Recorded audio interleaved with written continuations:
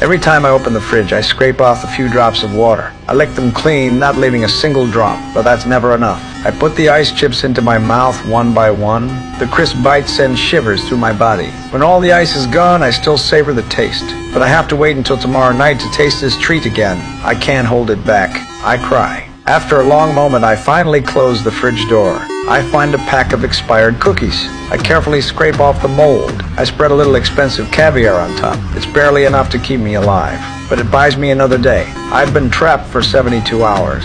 3 days ago, I broke into a billionaire's mansion to steal a painting. I was ready to leave with my prize, but in my excitement, I entered the wrong code. The alarm system locked every door. The signal to my partner was cut. I panicked. No matter what I tried, the door wouldn't open. I smashed the control panel. The alarm kept screaming. I dragged over a table and cut the wires to the speakers. Finally, the room fell silent. I took a breath, but escape was still the priority. Back at the door, I realized it was made of solid rosewood. I didn't care how expensive it was. I stabbed it with my knife. I didn't notice the control screen flicker to life. I kept digging into the wood. I made a hole. Behind it was a thick steel plate. Despair set in. Sweat poured down my face. I ran to the kitchen for water.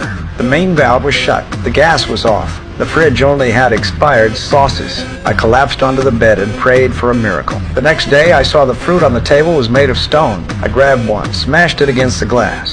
The stone dented, but the glass stayed intact. The air conditioner jumped to 91 degrees. I dove into the pool to cool down. I forced myself to stay alert. I looked up at the skylight on the roof. I dragged tables and cabinets underneath it. I tore leather straps from a chair and tied them to the table. I climbed my makeshift ladder. It was still too short. The air conditioner climbed to 100 degrees. I scooped up pool water. I spat it out. It was salt water. I rushed to the fish tank. It was salt water too. I kept building the ladder higher. I ripped down curtains to reinforce it. I thought about using the bed frame. By nightfall, the heat was unbearable. Even naked, sweat poured down like a waterfall. When I was close to passing out, I saw a maid on the security monitor. She was cleaning at the door.